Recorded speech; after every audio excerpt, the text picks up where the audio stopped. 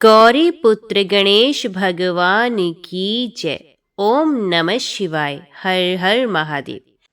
सूत जी कहते हैं, मुनीश्वरों, ब्रह्मा जी की बात सुनकर नारद जी ने विनय पूर्वक उन्हें प्रणाम किया और पुनः पूछा, भगवान भक्तवत्सल, भगवान शंकर कैलाश पर्वत पर कब गए और महात्मा कुबेर के साथ उनकी मैत्री कब हुई? परिपूर्ण मंगल विग्रह महादेव जी ने वहां क्या किया? ये सब मुझे बताइए। इसे सुनने के लिए मेरे मन में बड़ा कौतूहल है। ब्रह्मा जी ने कहा, नारद सुनो, चंद्रमौली भगवान शंकर के चरित्र का वर्णन करता हूँ। वे कैसे कैलाश पर्वत पर गए और कुबेर के साथ उनकी मित्रता कैसे हुई, ये सब सुनाता हूँ। कांपिल्य नगर में यज्ञदत्त नाम से प्रसिद्ध एक ब्राह्मण थे जो बड़े सदाचारी थे। उनके एक पुत्र हुआ जिसका नाम था गुणनिधि। वे बड़ा ही दुराचारी और जुआरी हो गया था। पिता ने अपने उस पुत्र को त्याग दिया। वे घर से निकल गया और कई दिनों तक भूखा प्यासा भटकता रहा। एक दिन वे नैवेद्य चुराने की इच्छा से एक शिव मंदिर में चला गया। वहां उसने अपने वस्त्र को जलाकर उजाला किया, यह मानो उसके द्वारा भगवान शिव के लिए दीप दान किया गया। तत्पश्चात वह चोरी में पकड़ा गया और उसे प्राण दंड मिला। अपने कुकर्मों के कारण वह यमदूतों द्वारा बांधा गया। इतने में ही भगवान शंकर के पार्षद वहां आ गए और उन्होंने उसे उनके बंधन से छुड़ा दिया। शिवगणों के संग से उसका हृदय शुद्ध हो गया था, अतः वे उन्हीं के साथ तत्काल शिवलोक में चला गया। वहां सारे दिव्य भोगों का उपभोग तथा उमा महेश्वर का सेवन करके कालांतर में वे कलिंग राज अरिंदम का पुत्र हुआ। वहां उसका नाम था दम। वे निरंतर भगवान शिव की सेवा में लगा रहता था। बालक होने पर भी वे दूसरे बालकों के साथ शिव का भजन किया करता था कि क्रमश युवा अवस्था को प्राप्त हुआ और पिता के परलोक गमन के पश्चात राज सिंहासन पर जा बैठा। राजा दम बड़ी प्रसन्नता के साथ सब और शिव धर्मों का प्रचार करने लगे। भूपाल दम का दमन करना दूसरों के लिए सर्वथा कठिन था। ब्राह्मण समस्त शिवालयों में दीप दान करने के अतिरिक्त वे दूसरे किसी धर्म को नहीं जानते थे। उन्होंने अपने राज्य में रहने वाले समस्त ग्राम अध्यक्षों को बुलाकर ये आज्ञा दे दी कि शिव मंदिर में दीप दान करना सबके लिए अनिवार्य है। जिस जिस ग्राम अध्यक्ष के गांव के पास जितने शिवालय हो, वहां वहां बिना कोई विचार किए सदा दीप जलाना चाहिए। आजीवन इसी धर्म का पालन करने के कारण राजा दम ने बहुत बड़ी धन संपत्ति का संचय कर लिया। फिर वे काल धर्म के अधीन हो गए। दीपदान की वासना से युक्त होने के कारण उन्होंने शिवालय में बहुत से दीप जलवाए और उसके फलस्वरूप जन्मांतर में वे रतन में दीपों की प्रभा के आश्रय हो अलकापुरी के स्वामी हुए। इस प्रकार भगवान शिव के लिए किया हुआ थोड़ा सा भी पूजन या आराधना समय अनुसार महान फल देता है। ऐसा जानकर उत्तम सुख की इच्छा रखने वाले लोगों को शिव का भजन अवश्य करना चाहिए। यह दीक्षित का पुत्र जो सदा सब प्रकार के अधर्मों में ही रचा पचा रहता था, देव योग से शिवालय में धन चुराने के लिए गया और उसने स्वार्थवश अपने कपड़े को दीपक की बत्ती बनाकर उसके प्रकाश से शिवलिंग के ऊपर का अंधेरा दूर कर दिया। इस सत्कर्म के फलस्वरूप वे कलिंग देश का राजा हुआ और धर्म में उसका अनुराग हो गया। फिर दीप की वासना का उदय होने से शिवालयों में दीप जलवाकर उसने यह दिक्पाल का पद पा लिया। मुनीश्वर देखो तो सही, कहाँ उसका वह कर्म और कहाँ ये दिक्पाल की पदवी जिसका ये मानव धर्मा प्राणी इस समय यहाँ उपभोग कर रहा है। ये तो उसके ऊपर शिव के संतुष्ट होने की बात बताएगी। अब एक चित होकर ये सुनो कि किस प्रकार सदा के लिए उसकी भगवान शिव के साथ मित्रता हो गई। मैं इस प्रसंग को तुमसे वर्णन करता हूँ। नारद, पहले के पादम कल्प की बात है। मुझ ब्रह्मा के मानस पुत्र पुलसत्य से विशर्वा का जन्म हुआ और विशर्वा के पुत्र कुबेर हुए। उन्होंने पूर्व काल में अत्यंत उग्र तपस्या के द्वारा त्रिनेत्रधारी महादेव की आराधना करके विश्वकर्मा की बनाई हुई इस अलकापुरी का उपभोग किया। जब वे कल्प व्यतीत हुआ और मेघ वाहन कल्प आरंभ हुआ। उस समय वे यज्ञ दत्त का पुत्र, जो प्रकाश का दान करने वाला था, कुबेर के रूप में अत्यंत दुस्सह तपस्या करने लगा। दीप दान मात्र से मिलने वाली शिव भक्ति के प्रभाव को जानकर वे शिव की चित्त प्रकाशी का काशिकापुरी में गया और अपने चित्त रूपी रतन में प्रदीपों से 11 रुद्रों को उद्बोधित करके अनन्य भक्ति एवं स्नेह से संपन्न हो वे तन्मयता पूर्वक शिव के ध्यान में मगन हो निश्चल भाव से बैठ गया, जो शिव की एकता का महान पात्र है, तप रूपी अग्नि से बड़ा हुआ है, काम क्रोध आदि महाविघ्न रूपी पतंगों के आघात से शून्य है, प्राण निरोधी रूपी वायु शून्य स्थान में निश्चल भाव से प्रकाशित है, निर्मल दृष्टि के कारण स्वरूप से भी निर्मल है तथा सद्भाव रूपी पुष्पों से जिसकी पूजा की गई है। ऐसे शिवलिंग की प्रतिष्ठा करके वे तब तक तपस्या में लगा रहा जब तक उसके शरीर में केवल अस्थि और चर्म मात्र ही अवशिष्ट नहीं रह गया। इस प्रकार उसने 10,000 वर्षों तक तपस्या की। तदंतर विशालाक्षी पार्वती देवी के साथ भगवान विश्वनाथ कुबेर के पास आए। उन्होंने प्रसन्नचित्त से अलकापति की ओर देखा। इस शिवलिंग में मन को एकाग्र करके ठूंठे काठ की भांति स्थिर भाव से बैठे थे। भगवान शिव ने उनसे कहा, अलकापति, मैं वर देने के लिए उदित हूँ, तुम अपना मनोरथ बताओ। यह वाणी सुनकर तपस्या के धनी कुबेर ने ज्यों ही आंखें खोलकर देखा, त्यों ही उमा वल्लभ भगवान श्रीकंठ सामने खड़े दिखाई दिए।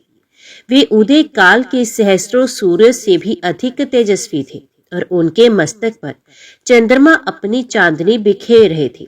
भगवान शंकर के तेज से उनकी आंखें चौंधिया गई, उनका तेज प्रतिहत हो गया और वे नेत्र बंद करके मनोरथ से भी परे विराजमान देव देवेश्वर शिव से बोले, नाथ, मेरे नेत्रों को वह दृष्टि शक्ति दीजिए जिससे आपके चरणार विंदों का दर्शन हो सके। स्वामी, आपका प्रत्यक्ष दर्शन हो, यही मेरे लिए सबसे बड़ा वर है। ईश्वर, दूसरे किसी वर से मेरा क्या प्रयोजन है। चंद्रशेखर, आपको नमस्कार है। कुबेर की यह बात सुनकर देवादिदेव उमापति ने अपनी हथेली से उनका स्पर्श किया, उन्हें देखने की शक्ति दी। दृष्टि शक्ति मिल जाने पर यज्ञ दत्त के उस पुत्र ने आंखें फाड़ फाड़ कर पहले उमा की ओर ही देखना आरंभ किया। वे मन ही मन सोचने लगा, भगवान शंकर के समीप ये सर्वांग सुंदरी कौन है? इसने कौन सा ऐसा तप किया है जो मेरी भी तपस्या से बढ़ गया है? यह रूप, यह प्रेम, यह सौभाग्य और यह असीम शोभा सभी अद्भुत है। वे ब्राह्मण कुमार बार बार यही कहने लगा। जब बार बार यही कहता हुआ वे क्रूर दृष्टि से उनकी ओर देखने लगा, तब वामा के अवलोकन से उनकी बाईं आंख फूट गई। तदंतर देवी पार्वती ने महादेव जी से कहा, प्रभु, यह दुष्ट तपस्वी बार बार मेरी ओर देखकर क्या बक रहा है? आप मेरी तपस्या के तेज को प्रकट कीजिए। देवी की यह बात सुनकर भगवान शिव ने हंसते हुए उनसे कहा, उमे, ये तुम्हारा पुत्र है। ये तुम्हें क्रूर दृष्टि से नहीं देख रहा, अपितु तुम्हारी तप संपत्ति का वर्णन कर रहा है। देवी से ऐसा कहकर भगवान शिव पुनः उस ब्राह्मण कुमार से बोले, वत्स, मैं तुम्हारी तपस्या से संतुष्ट होकर तुम्हें वर देता हूँ। तुम निधियों के स्वामी और ग्रह के राजा हो। सुव्रत, यक्षों, किन्नरों और राजाओं के भी राजा होकर पुण्य जनों के पालक और सबके लिए धन के दाता बनो। मेरे साथ तुम्हारी सदा मित्री बनी रहेगी और मैं नित्य तुम्हारे निकट निवास करूंगा। मित्र, तुम्हारी प्रीति बढ़ाने के लिए मैं अलका के पास ही रहूंगा। आओ, इन उमा देवी के चरणों में साष्टांग प्रणाम करें, क्योंकि ये तुम्हारी माता है। महाभक्त यज्ञ दत्त कुमार, तुम अत्यंत प्रसन्न चित्त से इनके चरणों में गिर जाओ। नारद, इस प्रकार वर देकर भगवान शिव ने पार्वती देवी से फिर कहा, देवेश्वरी, इस पर कृपा करो। तपस्विनी, ये तुम्हारा पुत्र है। भगवान शंकर का ये कथन सुनकर जगदम्बा पार्वती ने प्रसन्नचित हो यज्ञ दत्त कुमार से कहा, वत्स, भगवान शिव में तुम्हारी सदा निर्मल भक्ति बनी रहे। तुम्हारी बाईं आंख तो फूट ही गई, इसलिए एक ही पिंगल नेत्र से युक्त रहो। महादेव जी ने जो वर दिए हैं वे सब उसी रूप में तुम्हें सुलभ हो। बेटा, मेरे रूप के प्रति ईर्ष्या करने के कारण तुम कुबेर नाम से प्रसिद्ध होगे। इस प्रकार कुबेर को वर देकर भगवान महेश्वर पार्वती देवी के साथ अपने विश्वेश्वर धाम में चले गए। इस तरह कुबेर ने भगवान शंकर की मित्री प्राप्त की और अलकापुरी के पास जो कैलाश पर्वत है वह भगवान शंकर का निवास स्थान हो गया। नारद मुने कुबेर के तपोबल से भगवान शिव का जिस प्रकार पर्वत श्रेष्ठ कैलाश पर शुभ आगमन हुआ वह प्रसंग सुनो। कुबेर को वर देने वाले विश्वेश्वर शिव जब उन्हें निधिपति होने का वर देकर अपने उत्तम स्थान को चले गए तब उन्होंने मन ही मन इस प्रकार विचार किया, ब्रह्मा जी के ललाट से जिनका प्रादुर्भाव हुआ है तथा जो परले का कार्य संभालते हैं वे रुद्र मेरे पूर्ण स्वरूप हैं।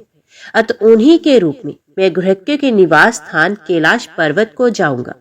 उन्हीं के रूप में मैं कुबेर का मित्र बनकर उसी पर्वत पर विलास पूर्वक रहूंगा और बड़ा भारी तप करूंगा। शिव की इस इच्छा का चिंतन करके उन रुद्र देव ने कैलाश जाने के लिए उत्सुक डमरू बजाया। डमरू की वह ध्वनि जो उत्साह को बढ़ाने वाली थी तीनों लोकों में व्याप्त हो गई। उसका विचित्र एवं गंभीर शब्द आवाहन की गति से युक्त था, अर्थात सुनने वालों को अपने पास आने के लिए प्रेरणा दे रहा था। उस ध्वनि को सुनकर मैं तथा श्री विष्णु आदि सभी देवता, ऋषि, मूर्तिमान, आगम, निगम और सिद्ध वहां आ गए। देवता और असुर आदि सब लोग बड़े उत्साह में भरकर वहां आए। भगवान शिव के समस्त पार्षद तथा सर्वलोक वंदित महाभाग गणपाल जहां कहीं भी थे वहां से आ गए। इतना कहकर ब्रह्मा जी ने वहां आए हुए गणपालों का नाम उल्लेख पूर्वक विस्तृत परिचय दिया। फिर इस प्रकार कहना आरंभ किया। वे बोले, वहां असंख्य महाबली गणपाल पधारे। वे सब के सब सहस्रों भुजाओं से युक्त थे और मस्तक पर जटा का ही मुकुट धारण किए हुए थे। सभी चंद्रचूड़, नीलकंठ और त्रिलोचन थे। हार, कुंडल, केयूर तथा मुकुट आदि से अलंकृत थे। वे मेरे श्री विष्णु के तथा इंद्र के समान तेजस्वी जान पड़ते थे। अणिमा आदि 8 सिद्धियों से घिरे थे तथा करोड़ों सूर्यों के समान उद्भासित हो रहे थे। उस समय भगवान शिव ने विश्वकर्मा को उस पर्वत पर निवास स्थान बनाने की आज्ञा दी। अनेक भक्तों के साथ अपनी और दूसरों के रहने के लिए यथा योग्य आवास तैयार करने का आदेश दिया। मुने तब विश्वकर्मा ने भगवान शिव की आज्ञा के अनुसार उस पर्वत पर जाकर शीघ्र ही नाना प्रकार के ग्रहों की रचना की। फिर श्री हरि की प्रार्थना से कुबेर पर अनुग्रह करके भगवान शिव सानंद कैलाश पर्वत पर चले गए। उत्तम मुहूर्त में अपने स्थान में प्रवेश करके भक्त वत्सल परमेश्वर शिव ने सबको प्रेम दान से स्नात किया। इसके बाद आनंद से भरे हुए श्री विष्णु आदि समस्त देवताओं, मुनियों और सिद्धों ने शिव का प्रसन्नता पूर्वक अभिषेक किया। हाथों में नाना प्रकार की भेंटें लेकर सबने उनका पूजन किया और बड़े उत्सव के साथ उनकी आरती उतारी। मोने उस समय आकाश से फूलों की वर्षा हुई जो मंगल सूचक थी। सब और जय जयकार और नमस्कार के शब्द गूंजने लगे। महान उत्साह फैला हुआ था जो सबके सुख को बढ़ा रहा था। उस समय सिंहासन पर बैठकर श्री विष्णु आदि सभी देवताओं द्वारा की हुई यथोचित सेवा को बारंबार ग्रहण करते हुए भगवान शिव बड़ी शोभा पा रहे थे। देवता आदि सब लोगों ने सार्थक एवं प्रिय वचनों द्वारा लोक कल्याणकारी भगवान शंकर का पृथक पृथक स्तवन किया। सर्वेश्वर प्रभु ने प्रसन्न चित्त से वे स्तवन सुनकर उन सबको प्रसन्नता पूर्वक मनोवांछित वर एवं अभीष्ट वस्तुएं प्रदान की। मुने तदंतर श्री विष्णु के साथ मैं तथा अन्य सब देवता और मुनि मनोवांछित वस्तु पाकर आनंदित हो भगवान शिव की आज्ञा से अपने अपने धाम को चले गए। कुबेर भी शिव की आज्ञा से प्रसन्नता पूर्वक अपने स्थान को गए। फिर वे भगवान शंभु जो सर्वथा स्वतंत्र हैं, योग परायण एवं ध्यान तत्पर हो पर्वत प्रवर कैलाश पर रहने लगे। कुछ काल बिना पत्नी के ही बिताकर परमेश्वर शिव ने दक्ष कन्या सती को पत्नी रूप में प्राप्त किया। देवऋषि फिर वे महेश्वर दक्ष कुमारी सती के साथ विहार करने लगे और लोकाचार परायण हो सुख का अनुभव करने लगे। मुनीश्वर, इस प्रकार मैंने तुमसे यह रुद्र के अवतार का वर्णन किया है, साथ ही उनके कैलाश पर आगमन और कुबेर के साथ मैत्री का भी प्रसंग सुनाया है। कैलाश के अंतर्गत होने वाली उनकी ज्ञानवर्धनी लीला का भी वर्णन किया, जो इहलोक और परलोक में सदा संपूर्ण मनोवांछित फलों को देने वाली है। जो एकाग्रचित हो इस कथा को सुनता या पढ़ता है, वह इस लोक में भोग पाकर परलोक में मोक्ष का लाभ पाता है। नारद जी बोले, महाभाग, महाप्रभु, विधाता, आपके मुखार विंद से मंगल कारिणी शंभु कथा सुनते सुनते मेरा जी नहीं भर रहा है, अतः भगवान शिव का सारा शुभ चरित्र मुझसे कहिए। संपूर्ण विश्व की सृष्टि करने वाले ब्रह्मदेव, मैं सती की कीर्ति से युक्त शिव का दिव्य चरित्र सुनना चाहता हूँ।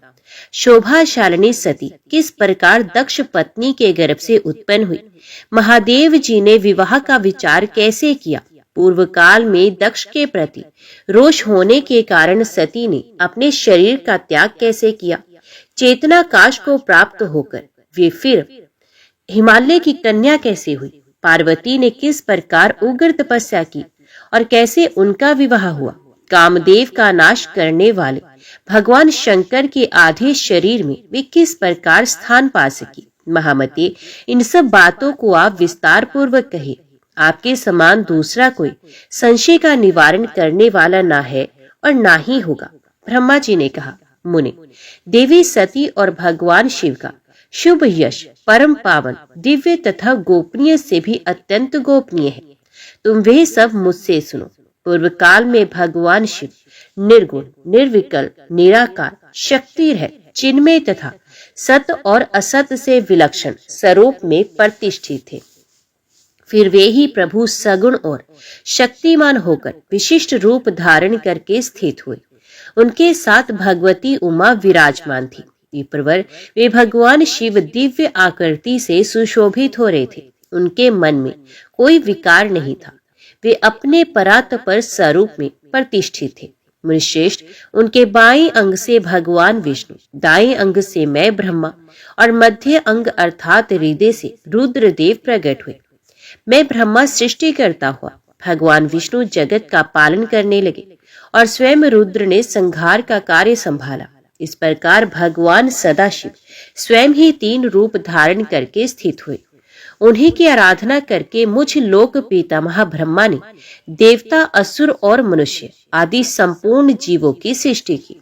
दक्ष आदि प्रजापतियों और देव शिरोमणियों की सृष्टि करके मैं बहुत प्रसन्न हुआ तथा अपने को सबसे अधिक ऊंचा मानने लगा। मुने, जब मरीचि, अत्रि, पुलह, पुलस्त्य, अंगिरा, कृतु, वशिष्ठ, नारद, दक्ष और भृगु, इन महान प्रभावशाली मानस पुत्रों को मैंने उत्पन्न किया, तब मेरे हृदय से अत्यंत मनोहर रूप वाली एक सुंदरी नारी उत्पन्न हुई, जिसका नाम संध्या था। वे दिन में क्षीण हो जाती, परंतु साय काल में उसका रूप सौंदर्य खिल उठता था। वह मूर्तिमती साय संध्या ही थी और निरंतर किसी मंत्र का जप करती रहती थी। सुंदर भौहों वाली वह नारी सौंदर्य की चरम सीमा को पहुंची हुई थी और मुनियों के भी मन को मोह लेती थी।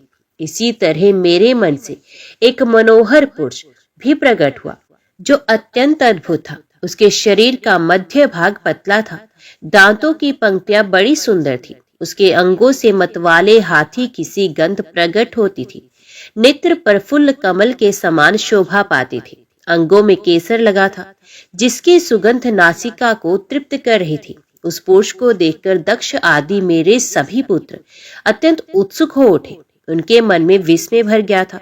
जगत की सृष्टि करने वाले मुझे जगदीश्वर ब्रह्मा की ओर देखकर उस पुरुष ने विनय से गर्दन झुका दी और मुझे प्रणाम करके कहा। वह पुरुष बोला, ब्राह्मण, मैं कौन सा कार्य करूंगा? मेरे योग्य जो काम हो उसमें मुझे लगाइए, क्योंकि विधाता आज आप ही सबसे अधिक माननीय और योग्य पुरुष है। यह लोक आपसे ही शोभित हो रहा है। ब्रह्मा जी ने कहा, भद्रपुरुष, तुम अपने इसी स्वरूप से तथा फूल के बने हुए 5 बाणों से स्त्रियों और पुरुषों को मोहित करते हुए सृष्टि के सनातन कार्य को चलाओ। इस चराचर त्रिभुवन में ये देवता आदि कोई भी जीव तुम्हारा तिरस्कार करने में समर्थ नहीं होंगे। तुम छिपे रूप से प्राणियों के हृदय में प्रवेश करके सदा स्वयं उनके सुख का हेतु बनकर सृष्टि का सनातन कार्य चालू रखो। समस्त प्राणियों का जो मन है वह तुम्हारे पुष्पमय वाण का सदा अनायास ही अद्भुत लक्ष्य बन जाएगा और तुम निरंतर उन्हें मदमत किए रहोगे। यह मैंने तुम्हारा कर्म बताया है जो सृष्टि का प्रवर्तक होगा, और तुम्हारे ठीक ठीक नाम क्या होंगे इस बात को मेरे ये पुत्र बताएंगे। ऐसा कहकर अपने पुत्रों की मुख की ओर दृष्टिपात करके मैं क्षण भर के लिए अपने कमल में आसन पर चुपचाप बैठ गया। मुने, तदंतर मेरे अभिप्राय को जानने वाले मरीचि आदि मेरे पुत्र सभी मुनियों ने उस पुरुष का उचित नाम रखा। दक्ष आदि प्रजापतियों ने उसका मुंह देखते ही प्रोक्ष के भी सारे वृत्तांत जानकर उसे रहने के लिए स्थान और पत्नी भी प्रदान की। मेरे पुत्र मरीचि आदि द्विजों ने उस पुरुष के नाम निश्चित करके उसे यह युक्ति युक्त बात कही। ऋषि बोले, तुम जन्म लेते ही हमारे मन को भी मतने लगे हो, इसलिए लोक में मनमथ नाम से विख्यात होगे। मनोभव, तीनों लोकों में तुम इच्छा अनुसार रूप धारण करने वाले हो। तुम्हारे समान सुंदर दूसरा कोई नहीं। अत काम रूप होने के कारण तुम काम नाम से भी विख्यात होगे। लोगों को मदमत बना देने के कारण तुम्हारा एक नाम मदन होगा। तुम बड़े दर्प से उत्पन्न हुए हो, इसलिए दर्पक कहलाओगे, और सद्रप होने के कारण ही जगत में कंदर्प नाम से भी तुम्हारी ख्याति होगी। समस्त देवताओं का सम्मिलित बल पराक्रम भी तुम्हारे समान नहीं होगा। अतः सभी स्थानों पर तुम्हारा अधिकार होगा और तुम सर्वव्यापी हो जाओगे। जो आदि प्रजापति हैं, वे ही ये पुरुषों में श्रेष्ठ दक्ष तुम्हारी इच्छा के अनुरूप पत्नी स्वयं देंगे। वे तुम्हारी कामिनी, तुमसे अनुराग रखने वाली होगी। ब्रह्मा जी ने कहा, मुने, तदंतर मैं वहां से अदृश्य हो गया। इसके बाद दक्ष मेरी बात का स्मरण करके कंदर्प से बोले, कामदेव, मेरे शरीर से उत्पन्न हुई मेरी ये कन्या सुंदर रूप और उत्तम गुणों से सुशोभित है। इसे तुम अपनी पत्नी बनाने के लिए ग्रहण करो। ये गुणों की दृष्टि से सर्वथा तुम्हारे योग्य है। महातेजस्वी मनोभव, ये सदा तुम्हारे साथ रहने वाली और तुम्हारी रुचि के अनुसार चलने वाली होगी। धर्मत, ये सदा तुम्हारे अधीन रहेगी। ऐसा कहकर दक्ष ने अपने शरीर के पसीने से प्रकट हुई उस कन्या का नाम रति रखकर उसे अपने आगे बैठाया और कंदर्प को संकल्प पूर्वक सौंप दिया। नारद, दक्ष की वह पुत्री रति बड़ी रमणीय और मुनियों के मन को भी मोह लेने वाली थी। उसके साथ विवाह करके कामदेव को भी बड़ी प्रसन्नता हुई। अपनी रति नामक सुंदरी स्त्री को देखकर उसके हाव भाव आदि से अनुरंजित हो कामदेव मोहित हो गया। तात उस समय बड़ा भारी उत्सव होने लगा जो सबके सुख को बढ़ाने वाला था। प्रजापति दक्ष इस बात को सोचकर बड़े प्रसन्न थे कि मेरी पुत्री इस विवाह से सुखी है। कामदेव को भी बड़ा सुख मिला, उसके सारे दुख दूर हो गए। दक्ष कन्या रति भी कामदेव को पाकर बहुत प्रसन्न हुई। जैसे संध्या काल में मनोहारिणी बिंदुन माला के साथ मेघ शोभा पाता है, उसी प्रकार रति के साथ प्रिय वचन बोलने वाला कामदेव बड़ी शोभा पा रहा था।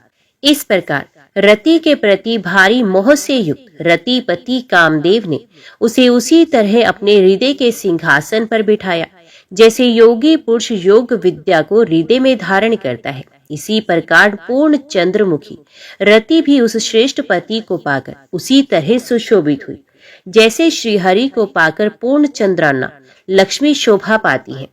सूत जी कहते हैं, ब्रह्मा जी का ये कथन सुनकर मुनि श्रेष्ठ नारद मन ही मन बड़े प्रसन्न हुए और भगवान शंकर का स्मरण करके हर्ष पूर्वक बोले, महाभाग विष्णु शिष्य महामते विधाता, आपने चंद्रमौली शिव की ये अद्भुत लीला कही है। अब मैं ये जानना चाहता हूँ कि विवाह के पश्चात जब कामदेव प्रसन्नता पूर्वक अपने स्थान को चला गया, दक्ष भी अपने घर को चले गए तथा आप और आपके मानस पुत्र भी अपने अपने धाम को चले गए, तब पितरों को उत्पन्न करने वाली ब्रह्म कुमारी संध्या कहाँ गई? उसने क्या किया और किस पुरुष के साथ उसका विवाह हुआ? संध्या का ये सब चरित्र विशेष रूप से बताइए।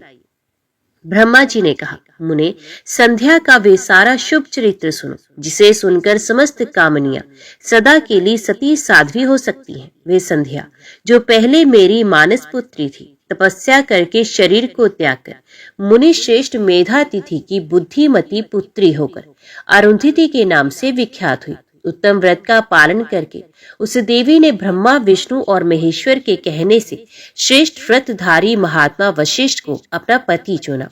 वे सौम्य स्वरूप वाली देवी सबकी वंदनीय और पूजनीय श्रेष्ठ पतिव्रता के रूप में विख्यात हुई थी। नारद जी ने पूछा, भगवान, संध्या ने कैसे, किस लिए और कहाँ तप किया, किस प्रकार शरीर त्याग कर वे मेधातिथि की पुत्री हुई? ब्रह्मा विष्णु और शिव इन तीनों देवताओं के बताए हुए श्रेष्ठ व्रतधारी महात्मा वशिष्ठ को उसने किस तरह अपना पति बनाया? पितामह, ये सब मैं विस्तार के साथ सुनना चाहता हूँ।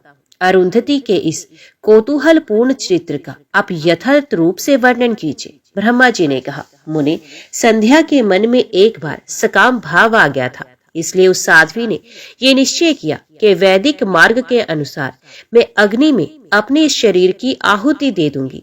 आज से इस भूतल पर कोई भी देहधारी उत्पन्न होते ही काम भाव से युक्त ना हो, इसके लिए मैं कठोर तपस्या करके मर्यादा स्थापित करूंगी। तरुणावस्था से पूर्व किसी पर भी काम का प्रभाव नहीं पड़ेगा, ऐसी सीमा निर्धारित करूंगी। इसके बाद इस जीवन को त्याग दूंगी। मन ही मन ऐसा विचार करके संध्या चंद्रभाग नामक उस श्रेष्ठ पर्वत पर चलेगी जहां से चंद्रभागा नदी का प्रादुर्भाव हुआ है। मन में तपस्या का दृढ़ निश्चय ले संध्या को श्रेष्ठ पर्वत पर गई देख मैंने अपने समीप बैठे हुए वेद वेदांगों के पारंगत विद्वान सर्वज्ञ जितात्मा एवं ज्ञान योगी पुत्र वशिष्ठ से कहा, बेटा वशिष्ठ, मनस्विनी संध्या तपस्या की अभिलाषा से चंद्रभाग नामक पर्वत पर गई है। तुम जाओ और उसे विधि पूर्वक दीक्षा दो। तात वे तपस्या के भाव को नहीं जानती है, इसलिए जिस तरह तुम्हारे यथोचित उपदेश से उसे अभिष्ट लक्ष्य की प्राप्ति हो सके वैसा प्रयत्न करो। नारद, मैंने दया पूर्वक जब वशिष्ठ को इस प्रकार आज्ञा दी तब वे जो आज्ञा कहकर एक तेजस्वी ब्रह्मचारी के रूप में संध्या के पास गए। चंद्रभाग पर्वत पर एक देव सरोवर है जो जलाशयोजित गुणों से परिपूर्ण हो मान सरोवर के समान शोभा पाता है। वशिष्ठ ने उस सरोवर को देखा और उसके तट पर बैठी हुई संध्या पर दृष्टिपात किया। कमलों से प्रकाशित होने वाला वह सरोवर तट पर बैठी हुई संध्या से उपलक्षित हो उसी तरह सुशोभित हो रहा था जैसे प्रदोष काल में उदित हुए चंद्रमा और नक्षत्रों से युक्त आकाश शोभा पाता है। सुंदर भाव वाली संध्या को वहां बैठी देख मुनि ने कौतूहल पूर्वक उस बृहलोहित नाम वाले सरोवर को अच्छी तरह देखा। उसी प्रकार भूत पर्वत के शिखर से दक्षिण समुद्र की ओर जाती हुई चंद्रभागा नदी का भी उन्होंने दर्शन किया। जैसे गंगा हिमालय से निकलकर समुद्र की ओर जाती है, उसी प्रकार चंद्रभाग के पश्चिम शिखर का भेदन करके वह नदी समुद्र की ओर जा रही थी। उस चंद्रभाग पर्वत पर ब्रह्मोलित सरोवर के किनारे बैठी हुई संध्या को देखकर वशिष्ठ जी ने आदर पूर्वक पूछा, हे देवी, तुम इस निर्जन पर्वत पर किस लिए आई हो, किसकी पुत्री हो और तुमने यहाँ क्या करने का विचार किया है? मैं ये सब सुनना चाहता हूँ। यदि छिपाने योग्य बात ना हो तो बताओ। महात्मा वशिष्ठ की ये बात सुनकर संध्या ने उन महात्मा की ओर देखा। वे अपने तेज से प्रज्वलित अग्नि के समान प्रकाशित हो रहे थे। उन्हें देखकर ऐसा जान पड़ता था मानो ब्रह्मचर्य देह धारण करके आ गया हो। वे मस्तक पर जटा धारण किए बड़ी शोभा पा रहे थे। संध्या ने उन तपोधन को आदर पूर्वक प्रणाम करके कहा, ब्राह्मण, मैं ब्रह्मा जी की पुत्री हूँ। मेरा नाम संध्या है और मैं तपस्या करने के लिए इस निर्जन पर्वत पर आई हूँ। यदि मुझे उपदेश देना आपको उचित जान पड़े तो आप मुझे तपस्या की विधि बता दीजिए। मैं यही करना चाहती हूँ, दूसरी कोई भी गोपनीय बात नहीं। मैं तपस्या के भाव को, उसके करने के नियम को बिना जाने ही तपोवन में आ गई, इसलिए चिंता से सूखी जा रही हूँ और मेरा हृदय कांपता है। संध्या की बात सुनकर ब्रह्मवेत्ताओं में श्रेष्ठ वशिष्ठ जी ने, जो स्वयं सारे कार्यों के ज्ञाता थे, उसे दूसरी कोई बात नहीं पूछी। वे मन ही मन तपस्या का निश्चय कर चुकी थी और उसके लिए अत्यंत उद्यमशील थी। उस समय वशिष्ठ ने मन से भक्त वत्सल भगवान शंकर का स्मरण करके इस प्रकार कहा, शुभानने, जो सबसे महान और उत्कृष्ट तेज है, जो उत्तम और महान तप है तथा जो सबके परम आराध्य परमात्मा है, उन भगवान शंभु को तुम हृदय में धारण करो, जो अकेले ही धर्म, अर्थ, काम और मोक्ष के आदि कारण है।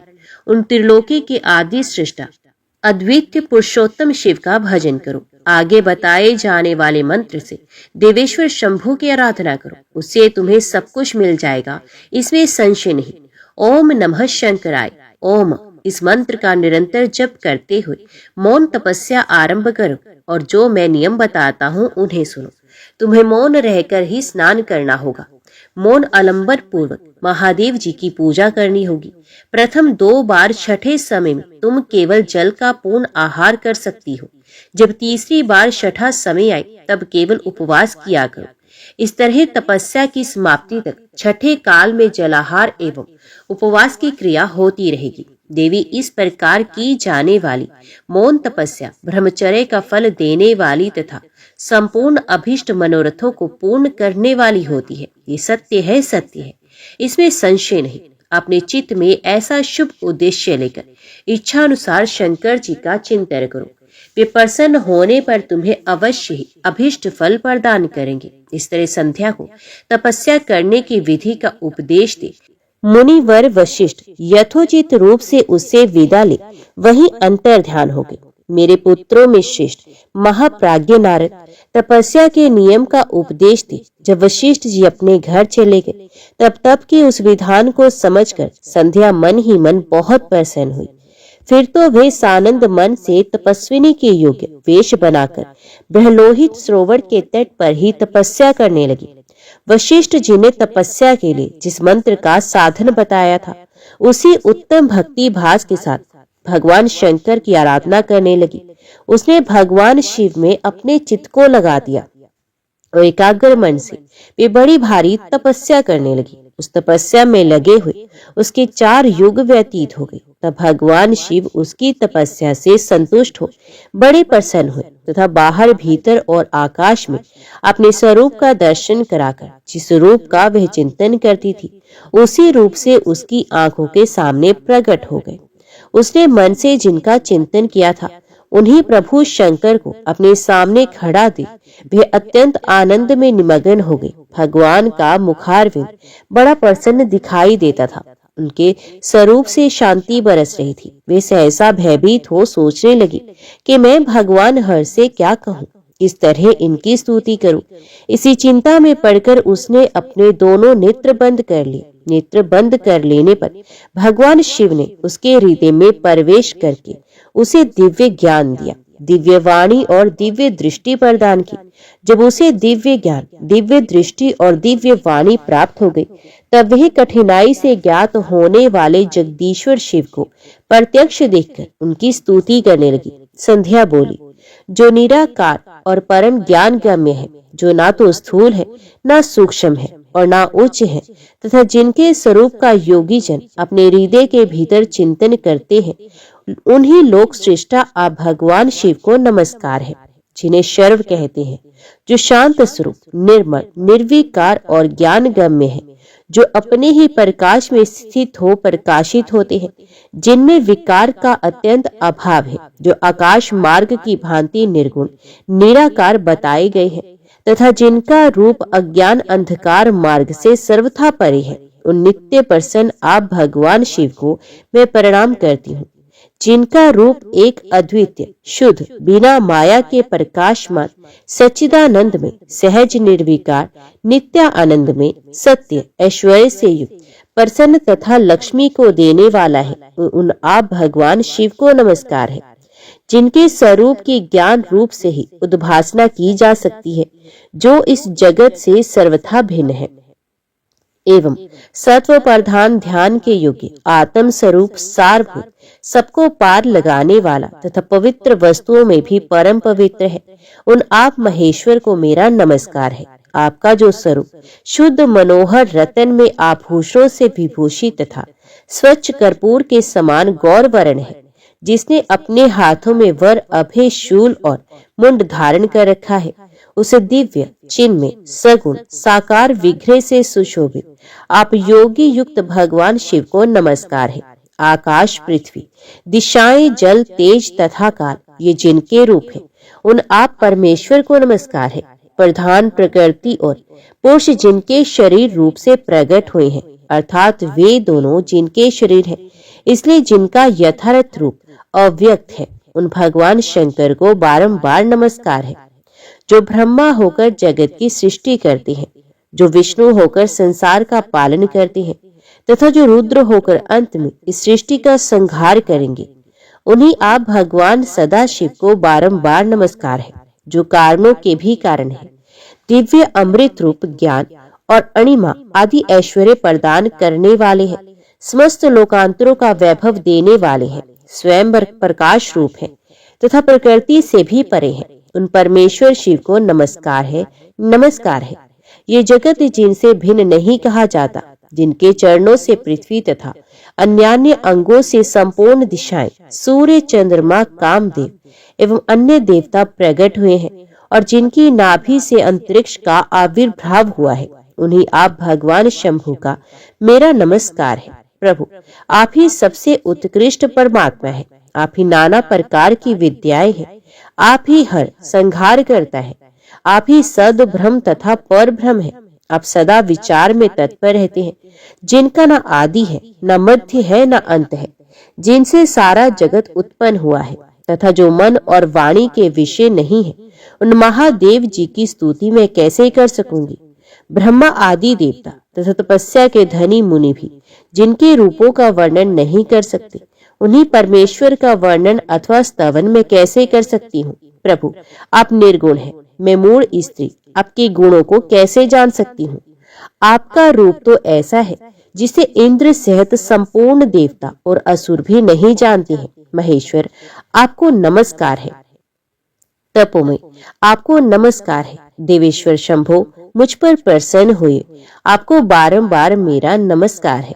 ब्रह्मा जी कहते हैं, नारद, संध्या का ये स्तुति पूर्ण वचन सुनकर उसके द्वारा भली भांति प्रशंसित हुए भक्त वत्सल परमेश्वर शंकर बहुत प्रसन्न हुए। उसका शरीर वल्कल और मृग चर्म से ढका हुआ था। मस्तक पर पवित्र जटा जो शोभा पा रहा था। उस समय पाले के मारे हुए कमल के समान उसके कुम्हलाए हुए मुंह को देखकर भगवान हर दया से द्रवित हो उससे इस प्रकार बोले, भद्रे, मैं तुम्हारी इस उत्तम तपस्या से बहुत प्रसन्न हूँ। शुद्ध बुद्धि वाली देवी, तुम्हारे इस स्तवन से भी मुझे बड़ा संतोष प्राप्त हुआ। अतः इस समय अपनी इच्छा के अनुसार कोई वर मांगो, जिस वर से तुम्हें प्रयोजन हो तथा जो तुम्हारे मन में हो, उसे मैं यहाँ अवश्य पूर्ण करूंगा। तुम्हारा कल्याण हो। मैं तुम्हारे व्रत नियम से बहुत प्रसन्न हूँ। प्रसन्नचित महेश्वर का वचन सुनकर अत्यंत हर्ष से भरी हुई संध्या उन्हें बारंबार प्रणाम करके बोले, महेश्वर, यदि आप मुझे प्रसन्नता पूर्वक वर देना चाहती हैं, यदि मैं वर पाने के योग्य हूँ, यदि पाप से शुद्ध हो गई हूँ, तथा हे देव, यदि इस समय आप मेरी तपस्या से प्रसन्न हैं, तो मेरा मांगा हुआ ये पहला वर सफल करें। देवेश्वर, इस आकाश में पृथ्वी आदि किसी भी स्थान में जो प्राणी है, वे सब के सब जन्म लेते ही काम भाव से युक्त ना हो जाए। नाथ, मेरी काम दृष्टि कहीं न पड़े। मेरे जो पति हो, वे भी मेरे अत्यंत सौहार्द हों। पति के अतिरिक्त जो भी पुरुष मुझे काम भाव से देखे, उसके पुरुष तब का नाश हो जाए, वे तत्काल नपुंसक हो जाए। निष्पाप संध्या का ये वचन सुनकर प्रसन्नचित्त हुए भक्त वत्सल भगवान शंकर ने कहा, देवी संध्या, सुनो भद्रे, तुमने जो जो वर मांगा है, वे सब तुम्हारी तपस्या से संतुष्ट होकर मैंने तुम्हें दिया। प्राणियों के जीवन में मुख्यतः 4 अवस्थाएं होती हैं। पहली शैशव अवस्था, दूसरी कौमार अवस्था, तीसरी यौवन अवस्था और चौथी वृद्ध अवस्था। तीसरी अवस्था प्राप्त होने पर देहधारी जीव काम भाव से युक्त होंगे। कहीं कहीं दूसरी अवस्था के अंतिम भाग में ही प्राणी काम हो जाएंगे। तुम्हारी तपस्या के प्रभाव से मैंने जगत में सकाम भाव के उदय की यह मर्यादा स्थापित कर दी है, जिससे देहधारी जीव जन्म लेते ही कामासक्त ना हो जाए। तुम भी इस लोक में वैसे दिव्य सती भाव को प्राप्त करो, जैसा तीनों लोकों में दूसरी किसी स्त्री के लिए भी संभव नहीं होगा। पानी ग्रहण करने वाले पति के सिवा जो कोई भी पुरुष काम होकर तुम्हारी ओर देखेगा वह तत्काल नपुंसक होकर दुर्बलता को प्राप्त हो जाएगा। तुम्हारे पति महान तपस्वी तथा दिव्य रूप से संपन्न एक महाभाग महर्षि होंगे जो तुम्हारे साथ 7 कल्पों तक जीवित रहेंगे। तुमने मुझसे जो जो वर मांगे थे वे सब मैंने पूर्ण कर दिए। अब मैं तुमसे दूसरी बात कहूंगा जो पूर्व जन्म से संबंध रखती है। तुमने पहले से ही ये प्रतिज्ञा कर रखी है कि मैं अग्नि में अपने शरीर को त्याग दूंगी। उस प्रतिज्ञा को सफल करने के लिए मैं तुम्हें एक उपाय बताता हूँ, उसे निस्संदेह करो। मुनिवर मेधा तिथि का एक यज्ञ चल रहा है जो 12 वर्षों तक चालू रहने वाला है। उसमें अग्नि पूर्णता प्रज्वलित होगी। तुम बिना विलंब किए उसी अग्नि में अपने शरीर का उत्सर्ग कर दो। इसी पर्वत की उपात्यका में चंद्रभागा नदी के तट पर तपस्या आश्रम में मुनिवर मेधातिथि महायज्ञ का अनुष्ठान करते हैं। तुम स्वच्छंदता पूर्वक वहां जाओ। मुनि तुम्हें वहां देख नहीं सकेंगे। मेरी कृपा से तुम मुनि की अग्नि से प्रकट हुई पुत्री हो जाओगी। तुम्हारे मन में जिस किसी स्वामी को प्राप्त करने की इच्छा हो उसे हृदय में धारण कर उसी का चिंतन करते हुए तुम अपने शरीर को उस यज्ञ की अग्नि में होम कर दो। संध्या, जब तुम इस पर्वत पर 4 युगों तक के लिए कठोर तपस्या कर रही थी, उन्हीं दिनों इस चतुर्युगी का सतयुग बीत जाने पर त्रेता के प्रथम भाग में प्रजापति दक्ष के बहुत सी कन्याएं हुई। उन्होंने अपनी उन सुशीला कन्याओं का यथा योग्य वरों के साथ विवाह कर दिया। उनमें से 27 कन्याओं का विवाह उन्होंने चंद्रमा के साथ किया। चंद्रमा अन्य सपत्नियों को छोड़कर केवल रोहिणी से प्रेम करने लगे। इसके कारण क्रोध से भरे हुए दक्ष ने जब चंद्रमा को शाप दे दिया तब समस्त देवता तुम्हारे पास आए। परंतु संध्या, तुम्हारा मन तो मुझ में लगा हुआ था अतः तुमने ब्रह्मा जी के साथ आए हुए उन देवताओं पर दृष्टिपात ही नहीं किया। तब ब्रह्मा जी ने आकाश की ओर देखकर और चंद्रमा पुनः अपने स्वरूप को प्राप्त करे यह उद्देश्य मन में रखकर उन्हें शाप से छुड़ाने के लिए एक नदी की सृष्टि की जो चंद्र या चंद्रभागा नदी के नाम से विख्यात हुई। चंद्रभागा के प्रादुर्भाव काल में ही महर्षि मेधातिथि यहाँ उपस्थित हुए थे। तपस्या के द्वारा उनकी समानता करने वाला ना तो कोई हुआ है, ना है और ना ही कोई होगा। उन महर्षि ने महान विधि विधान के साथ दीर्घ काल तक चलने वाले ज्योतिष्टोम नामक यज्ञ का आरंभ किया है। उसमें अग्नि देव पूर्ण रूप से प्रज्वलित हो रहे हैं। उसी आग में तुम अपने शरीर को डाल दो और परम पवित्र हो जाओ। ऐसा करने से इस समय तुम्हारी वह प्रतिज्ञा पूर्ण हो जाएगी।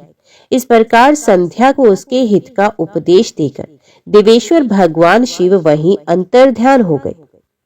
नारद, जब वर देकर भगवान शंकर अंतर्ध्यान हो गए तब संध्या भी उसी स्थान पर गई जहां मुनि मेधातिथि यज्ञ कर रहे थे। भगवान शंकर की कृपा से उसे किसी ने वहां नहीं देखा। उसने उस तेजस्वी ब्रह्मचारी का स्मरण किया जिसने उसके लिए तपस्या की विधि का उपदेश दिया था। महामुने, पूर्व काल में महर्षि वशिष्ठ ने मुझ परमेष्टि की आज्ञा से एक तेजस्वी ब्रह्मचारी का वेश धारण करके उसे तपस्या करने के लिए उपयोगी नियमों का उपदेश दिया था। संध्या, अपने को तपस्या का उपदेश देने वाले उन्हीं ब्रह्मचारी ब्राह्मण वशिष्ठ को पति रूप से मन में रखकर उस महायज्ञ में प्रज्वलित अग्नि के समीप गई। उस समय भगवान शंकर की कृपा से मुनियों ने उसे नहीं देखा। ब्रह्मा जी की वह पुत्री बड़े हर्ष के साथ उस अग्नि में प्रविष्ट हो गई। उसका शरीर तत्काल दग्ध हो गया। उस पुरोडाश की अलिक्षित गंध सब ओर फैल गई। अग्नि ने भगवान शंकर की आज्ञा से उसके स्वर्ण जैसे शरीर को जलाकर शुद्ध करके उन्हें सूर्य मंडल में पहुंचा दिया। तब सूर्य ने पितरों और देवताओं की तृप्ति के लिए उसे 2 भागों में विभक्त करके अपने रथ में स्थापित कर दिया। मुनीश्वर, उसके शरीर का ऊपरी भाग प्रातः संध्या हुआ जो दिन और रात के बीच में पड़ने वाली आदि संध्या है, तथा उसके शरीर का शेष भाग साय संध्या हुआ जो दिन और रात के मध्य में होने वाली अंतिम संध्या है। साय संध्या सदा ही पितरों को प्रसन्नता प्रदान करने वाली होती है। सूर्य उदय से पहले जब अरुण उदय होता है, प्राची के क्षितिज में लाली छा जाए, तब प्रातः संध्या प्रकट होती है जो देवताओं को प्रसन्न करती है। जब लाल कमल के समान सूर्य अस्त हो जाते हैं, उसी समय सदा साय संध्या का उदय होता है, जो पितरों को आनंद प्रदान करने वाली है। परम दयालु भगवान शिव ने उसके मन सहित प्राणों को दिव्य शरीर से युक्त देहधारी बना दिया।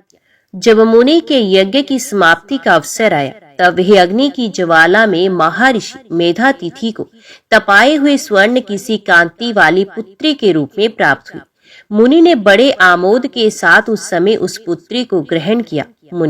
उन्होंने यज्ञ के लिए उसे नहलाकर अपनी गोद में बैठा लिया। शिष्यों से घिरे हुए महामुनि मेधातिथि को वहां बड़ा आनंद प्राप्त हुआ। उन्होंने उसका नाम अरुंधति रखा। वे किसी भी कारण से धर्म का अवरोध नहीं करती थी, अतः उसी गुण के कारण उसने स्वयं यह त्रिभुवन विख्यात नाम प्राप्त किया। देवऋषि यज्ञ को समाप्त करके कृत्य कृत्य हो वे मुनि पुत्री की प्राप्ति होने से बहुत प्रसन्न थे और अपने शिष्यों के साथ आश्रम में रहकर सदा उसी का लालन पालन करते थे। देवी अरुंधति चंद्रभागा नदी के तट पर तापसारण्य के भीतर मुनिवर मेधातिथि के उस आश्रम में धीरे धीरे बड़ी होने लगी। जब वे विवाह के योग्य हो गई, तब मैंने विष्णु तथा महेश्वर ने मिलकर मुझ ब्रह्मा के पुत्र वशिष्ठ के साथ उसका विवाह करा दिया। ब्रह्मा विष्णु तथा महेश के हाथों से निकले हुए जल से शिप्रा आदि 7 परम पवित्र नदियां उत्पन्न हुई। मुने मेधातिथि की पुत्री महासाध्वी अरुंधति समस्त पतिव्रताओं में श्रेष्ठ थी। वे महर्षि वशिष्ठ को पति रूप में पाकर उनके साथ बड़ी शोभा पाने लगी। उसे शक्ति आदि शुभ एवं श्रेष्ठ पुत्र उत्पन्न हुए। मुनिश्रेष्ठ वे प्रेतम पति वशिष्ठ को पाकर विशेष शोभा पाने लगी। मुनि शिरोमणि, इस प्रकार मैंने तुम्हारे समक्ष संध्या के पवित्र चरित्र का वर्णन किया है, जो समस्त कामनाओं के फलों को देने वाला परम पावन और दिव्य है। जो स्त्री या शुभ व्रत का आचरण करने वाला पुरुष इस प्रसंग को सुनता है अथवा पढ़ता है, वे संपूर्ण कामनाओं को प्राप्त कर लेता है। इसमें अन्यथा विचार करने की आवश्यकता नहीं है। प्रजापति ब्रह्मा जी की ये बात सुनकर नारद जी का मन बहुत प्रसन्न हो गया और वे इस प्रकार बोले। नारद जी ने कहा, हे पितामह, आपने अरुंधति की तथा पूर्व जन्म में उसकी स्वरूपथा संध्या की बड़ी उत्तम दिव्य कथा सुनाई है, जो शिव भक्ति की वृद्धि करने वाली है।